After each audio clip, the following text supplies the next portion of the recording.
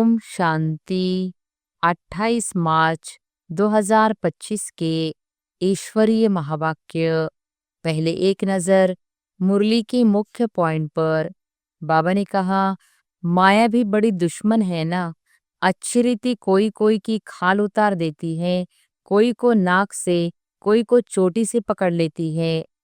बाप की श्रीमत पर चल, क्यों न बाप से पूरा वर्षा ले लेवे। सब तो एक रस चल न सके, क्योंकि यह राजाई स्थापन हो रही है। इस समय भला कोई कितना भी लखपति करोड़पति हो, बाप कहते हैं यह पैसे आदि सब मिट्टी में मिल जाने हैं। बाकी टाइम ही कितना है। दिन प्रतिदिन बहुत झगड़ा बढ़ता जा रहा है। सूत मूंझता ही रहता है। सब आपस में लड़ते झगड़ते मरते हैं। और फिर बाबा ने कहा, बाप के पास सपूत बच्चे वह हैं जो सबका बुद्धि योग एक बाप के साथ जुड़ाते हैं, जो सर्विसेबल है, जो अच्छी रीति पढ़ते हैं, वो बाप की दिल पर चढ़े हुए हैं। जो भी सर्विसेबल बच्चे हैं, बाबा की दिल पर चढ़े हुए हैं, उनका संग करो। यह पढ़ाई है, इसमें अभी फेल हुए तो जन्म जन्मांतर कल्प कल्पांतर फेल होते रहेंगे। अच्छी रीति पढ़ेंगे तो कल्प कल्पांतर अच्छी रीति पढ़ते रहेंगे। पढ़ाई का और चलन का भी रजिस्टर रहता है। यहाँ भी ऐसे है। इसमें फिर मुख्य है योग की बात। योग अच्छा है तो चलन भी अच्छी रहेगी। और फिर लास्ट में बाबा ने कहा, झरमोई झगमोई आदि वार्तालाप में रहने से वायुमंडल खराब होता है। इसलिए जितना टाइम मिले बाप को याद करने की प्रैक्टिस करो। बाप कहते हैं देहधारी का फोटो नहीं रखो, सिर्फ एक शिव बाबा का फोटो रखो जिसको याद करना है। तुम बच्चों को अब अपने आप से प्रतिज्ञा करनी है कि कुछ भी हो जाए आंसू नहीं बहाएंगे। फलाना मर गया, आत्मा ने जाकर दूसरा शरीर लिया, फिर रोने की क्या दरकार। नफरत कड़ा अक्षर है, वैराग्य अक्षर मीठा है। जब ज्ञान मिलता है तो फिर भक्ति का वैराग्य हो जाता है। और अब सुनते हैं महावाक्यों को विस्तार से। मुरली का सार।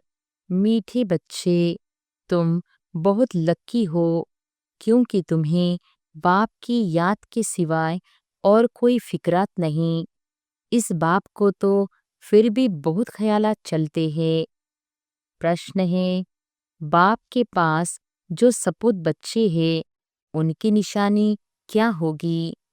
उत्तर है, वे सभी का बुद्धि योग एक बाप से जुड़ाते रहेंगे, सर्विसेबल होंगे, अच्छी रीति पढ़कर औरों को पढ़ाएंगे, बाप के दिल पर चढ़े हुए होंगे। ऐसे सपूत बच्चे ही बाप का नाम बाला करते हैं। जो पूरा पढ़ते नहीं वह औरों को भी खराब करते हैं। यह भी ड्रामा में नोंद है। गीत है, ले लो दुआएं माँ बाप की, सिर से उतरेगी गठड़ी पाप की। ओम शांति। हर एक घर में माँ बाप और दो चार बच्चे होते हैं, फिर आशीर्वाद आदि मांगते हैं। वह तो हद की बात है। यह हद के लिए गाया हुआ है। बेहद का किसको भी पता नहीं है। अभी तुम बच्चे हो, अभी तुम बच्चे जानते हो हम बेहद के बाप के बच्चे और बच्चियां हैं। वह मात पिता होते हैं हद के। ले लो दुआएं हद के मात पिता की। यहाँ है बेहद का माँ बाप। वह हद के माँ बाप भी बच्चों को संभालते हैं, फिर टीचर पढ़ाते हैं। अब तुम बच्चे जानते हो, यह है बेहद के माँ बाप, बेहद का टीचर, बेहद का सदगुरु, सुप्रीम फादर, टीचर, सुप्रीम गुरु, सत बोलने वाला, सत सिखलाने वाला है। बच्चों में नंबरवार तो होते हैं ना। लोग के घर में दो चार बच्चे होते हैं तो उन्हों की कितनी संभाल करनी पड़ती है। यहाँ कितने ढेर बच्चे हैं, कितने सेंटर्स है। सेंटर्स से बच्चों के समाचार आते हैं, यह बच्चा ऐसा है, यह शैतानी करता है, यह तंग करता है, विघ्न डालता है। फूरना तो इस बाप को रहेगा ना। प्रजापिता तो यह है ना। कितने ढेर बच्चों का ख्याल रहता है। तब बाबा कहते हैं, तुम बच्चे अच्छी रीति बाप की याद में रह सकते हो। इनको तो हजारों फूरने हैं, एक फूरना तो है ही। हजारों फूरने ख्यालात दूसरे रहते हैं। कितने ढेर बच्चों को संभालना पड़ता है। माया भी बड़ी दुश्मन है ना। अच्छी रीति कोई कोई की खाल उतार देती है, कोई को नाक से, कोई को चोटी से पकड़ लेती है। इतने सब का विचार तो करना पड़ता है। फिर भी बेहद बाप की याद में रहना पड़े। तुम हो बेहद के बाप के बच्चे। जानते हो, हम बाप की श्रीमत पर चल क्यों न बाप से पूरा वर्षा ले लेवे। सब तो एक रस चल न सके, क्योंकि यह राजाई स्थापन हो रही है और कोई की बुद्धि में आ न सके। यह है बहुत ऊंच पढ़ाई। बादशाही मिल गई, फिर पता नहीं पड़ता है कि यह राजाई कैसे स्थापन हुई। यह राजाई का स्थापन होना बड़ा वंडरफुल है। अभी तुम अनुभवी हो। पहले इनको भी पता थोड़ी था कि हम क्या थे, फिर कैसे 84 जन्म लिए हैं। अभी समझ में आया है। तुम भी कहते हो, बाबा आप वही हो। यह बड़ी समझने की बात है। इस समय ही बाप आकर सब बातें समझाते हैं।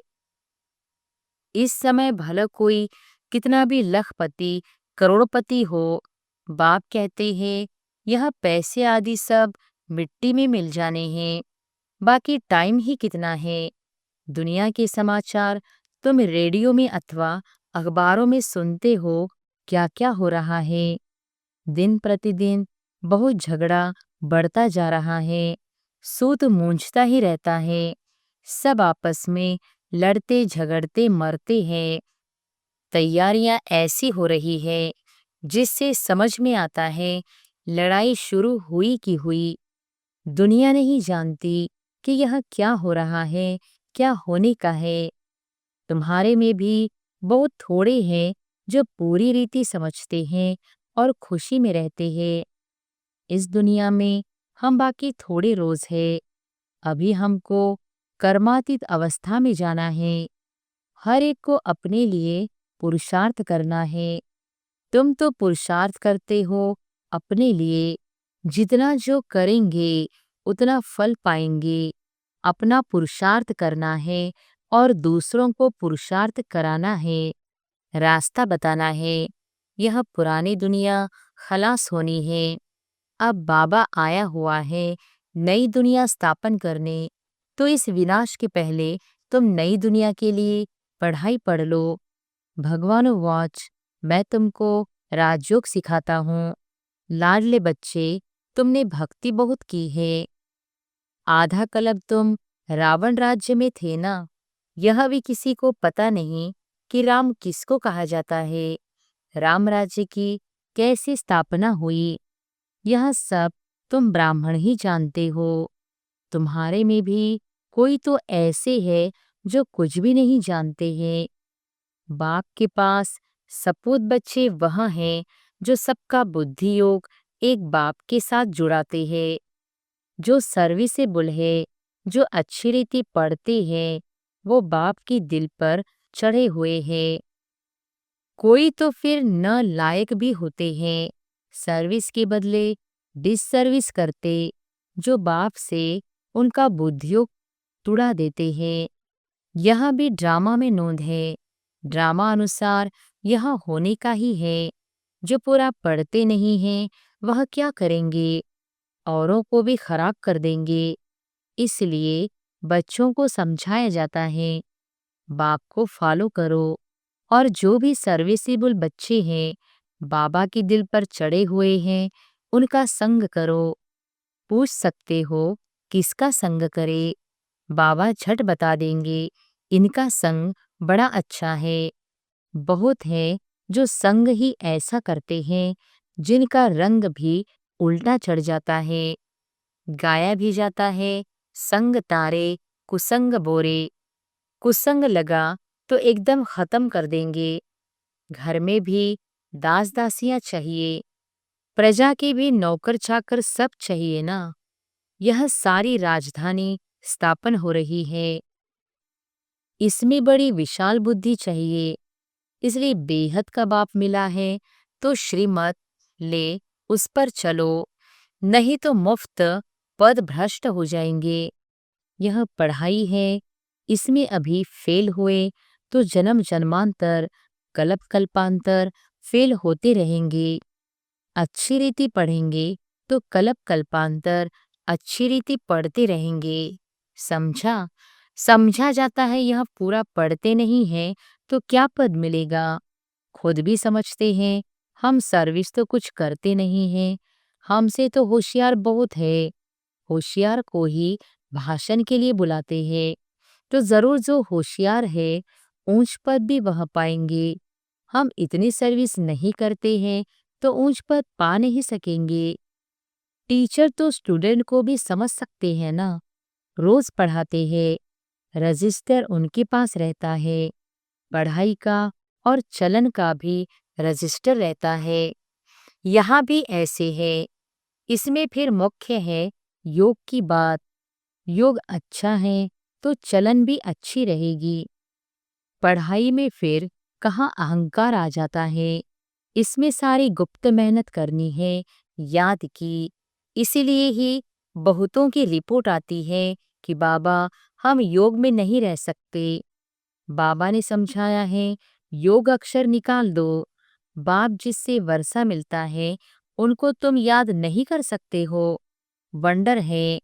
बाप कहते हैं हे आत्माएं, तुम मुझ बाप को याद नहीं करते हो। मैं तुमको रास्ता बताने आया हूँ।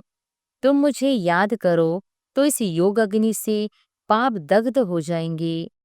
भक्ति मार्ग में मनुष्य कितना धक्का खाने जाते हैं। कुंभ के मेले में कितना ठंडे पानी में जाकर स्नान करते हैं, कितनी तकलीफ सहन करते हैं। यहाँ तो कोई तकलीफ नहीं। जो फर्स्ट क्लास बच्चे हैं वह एक माशूक के सच्चे सच्चे आशिक बन याद करते रहेंगे। घूमने फिरने जाते हैं तो एकांत में बगीचे में बैठकर याद करेंगे। झरमुई झगमुई आदि वार्तालाप में रहने से वायुमंडल खराब होता है। इसलिए जितना टाइम मिले बाप को याद करने की प्रैक्टिस करो। फर्स्ट क्लास सच्चे माशूक के आशिक बनो। बाप कहते हैं देहधारी का फोटो नहीं रखो, सिर्फ एक शिव बाबा का फोटो रखो जिसको याद करना है। अगर समझो सृष्टि चक्र को भी याद करते रहे तो त्रिमूर्ति और गोले का चित्र फर्स्ट क्लास है। इसमें सारा ज्ञान है। स्वदर्शन चक्रधारी तुम्हारा नाम अर्थ सहित है। नया कोई भी नाम सुने तो समझ न सके। यह तुम बच्चे ही समझते हो। तुम्हारे में भी कोई अच्छी रीति याद करते हैं। बहुत है जो याद करते ही नहीं, अपना खाना ही खराब कर देते हैं। पढ़ाई तो बड़ी सहज है। बाप कहते हैं साइलेंस से तुमको साइंस पर विजय पानी है। साइलेंस और साइंस राशि एक ही है। मिलिट्री में भी 3 मिनट साइलेंस कराते हैं। मनुष्य भी चाहते हैं हमको शांति मिले। अभी तुम जानते हो शांति का स्थान तो है ही ब्रह्मांड। जिस ब्रह्म महतत्व में हम आत्मा इतनी छोटी बिंदी रहती है, वह सब आत्माओं का झाड़ तो वंडरफुल होगा ना। मनुष्य कहते भी है भ्रिकुटी के बीच चमकता है अजब सितारा। बहुत छोटा सोने का तिलक बनाए यहाँ लगाते हैं। आत्मा भी बिंदी है, बाप भी उनके बाजू में आकर बैठता है। साधु संत आदि कोई भी अपने आत्मा को जानते नहीं। जबकि आत्मा को ही नहीं जानते तो परमात्मा को कैसे जान सकते। सिर्फ तुम ब्राह्मण ही आत्मा और परमात्मा को जानते हो। कोई भी धर्म वाला जान नहीं सकता। अभी तुम ही जानते हो कैसे इतनी छोटी सी आत्मा सारा पाठ बजाती है। सत्संग तो बहुत करते हैं, समझते कुछ भी नहीं। इसने भी बहुत गुरु किए। अब बाप कहते हैं यह सब है भक्ति मार्ग के गुरु। ज्ञान मार्ग का गुरु है ही एक। डबल सिरताज राजाओं के आगे सिंगल ताज वाले राजाएं माथा झुकाते हैं, नमन करते हैं, क्योंकि वह पवित्र है। उन पवित्र राजाओं के ही मंदिर बने हुए हैं। पतित जाकर उन्हों के आगे माथा टेकते हैं, परंतु उनको कोई यह पता थोड़ी है कि यह कौन है, हम माथा क्यों टेकते हैं। सोमनाथ का मंदिर बनाया, अब पूजा तो करते हैं, परंतु बिंदी की पूजा कैसे करे, बिंदी का मंदिर कैसे बनेगा। यह है बड़ी गुह्य बातें। गीता आदि में थोड़ी यह बातें हैं। जो खुद मालिक है वही समझाते हैं। तुम अभी जानते हो कैसे इतनी छोटी आत्मा में पाठ नूंदा हुआ है। आत्मा भी अविनाशी है, पाठ भी अविनाशी है। वंडर है ना। यह सारा बना बनाया खेल है। कहते भी है बनी बनाई बन रही। ड्रामा में जो नूंद है वह तो जरूर होगा, चिंता की बात नहीं। तुम बच्चों को अब अपने आप से प्रतिज्ञा करनी है कि कुछ भी हो जाए आंसू नहीं बहाएंगे। फलाना मर गया, आत्मा ने जाकर दूसरा शरीर लिया, फिर रोने की क्या दरकार। वापिस तो आ नहीं सकते। आंसू आया, नापास हुए। इसलिए बाबा कहते हैं प्रतिज्ञा करो कि हम कभी रोएंगे नहीं। परवाह थी पार ब्रह्म में रहने वाले बाप की, वह मिल गया तो बाकी क्या चाहिए। बाप कहते हैं तुम मुझ बाप को याद करो। मैं एक ही बार आता हूँ यह राजधानी स्थापन करने लिए। इसमें लड़ाई आदि की कोई बात नहीं। गीता में दिखाया है लड़ाई लगी, सिर्फ पांडव बचे। वह कुत्ता साथ में ले पहाड़ों पर गल गए, जीत पहनी और मर गए। बात ही नहीं ठहरती। यह सब है दंत कथाएं। इसको कहा जाता है भक्ति मार्ग। बाप कहते हैं तुम बच्चों को इससे वैराग्य होना चाहिए। पुरानी चीज से नफरत होती है ना। नफरत कड़ा अक्षर है, वैराग्य अक्षर मीठा है। जब ज्ञान मिलता है तो फिर भक्ति का वैराग्य हो जाता है। सतयुग त्रेता में तो फिर ज्ञान की प्रारब्ध 21 जन्म के लिए मिल जाती है। वहां ज्ञान की दरकार नहीं रहती। फिर जब तुम वाम मार्ग में जाते हो तो सीढ़ी उतरते हो। अभी है अंत। बाप कहते हैं अब इस पुरानी दुनिया से तुम बच्चों को वैराग्य आना है। तुम अभी शूद्र से ब्राह्मण बने हो, फिर सो देवता बनेंगे। और मनुष्य इन बातों से क्या जाने। भले विराट रूप का चित्र बनाते हैं, परंतु उसमें न चोटी है न शिव है। कह देते हैं देवता, क्षत्रिय, वैश्य, शूद्र। बस शूद्र से देवता कैसे कौन बनाते हैं यह कुछ नहीं जानते। बाप कहते हैं तुम देवी देवता कितने साहूकार थे, फिर वह सब पैसे कहाँ गए। माथा टेकते टेकते टिप्पण घिसाते पैसा गंवाया। कल की बात है ना। तुमको यह बनाकर गए, फिर तुम क्या बन गए हो। अच्छा, मीठे मीठे सिके लधे बच्चों प्रति माता पिता बाप दादा का याद प्यार और गुड मॉर्निंग। रूहानी बाप की रूहानी बच्चों को नमस्ते। धारणा के लिए मुख्य सार। पहली पॉइंट, झरमुई झगमुई पर चिंतन के वार्तालाप से वातावरण खराब नहीं करना है। एकांत में बैठ सच्चे सच्चे आशिक बन अपने माशूक को याद करना है। दूसरी पॉइंट, अपने आप से प्रतिज्ञा करनी है कि कभी भी रोएंगे नहीं। आंखों से आंसू नहीं बहाएंगे। जो सर्विसेबल बाप के दिल पर चढ़े हुए हैं, उनका ही संग करना है। अपना रजिस्टर बहुत अच्छा रखना है। वरदान है, पावरफुल वृत्ति द्वारा मनसा सेवा करने वाले विश्व कल्याणकारी भव। पावरफुल वृत्ति द्वारा मनसा सेवा करने वाले विश्व कल्याणकारी भव। विश्व की तड़पती हुई आत्माओं को रास्ता बताने के लिए साक्षात बाप समान लाइट हाउस, माइट हाउस बनो। लक्ष्य रखो कि हर आत्मा को कुछ न कुछ देना है, चाहे मुक्ति दो, चाहे जीवन मुक्ति। सर्व के प्रति महादानी और वरदानी बनो। अभी अपने अपने स्थान की सेवा तो करते हो, लेकिन एक स्थान पर रहते मनसा शक्ति द्वारा वायुमंडल वाइब्रेशन द्वारा विश्व सेवा करो। ऐसी पावरफुल वृत्ति बनाओ जिससे वायुमंडल बने, तब कहेंगे विश्व कल्याणकारी आत्मा। स्लोगन है, अशरीरीपन की एक्सरसाइज और व्यर्थ संकल्प रूपी भोजन की परहेज से स्वयं को तंदुरुस्त बनाओ।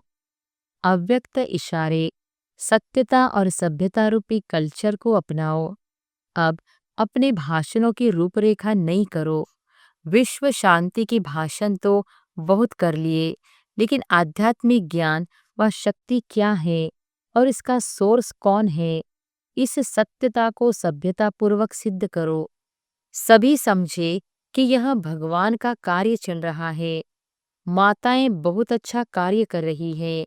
समय प्रमाण यह भी धरनी बनानी पड़ी, लेकिन जैसे फादर शोज सन है, ऐसे सन शोज फादर हो, तब प्रत्यक्षता का झंडा लहराएगा। अच्छा, ओम शांति।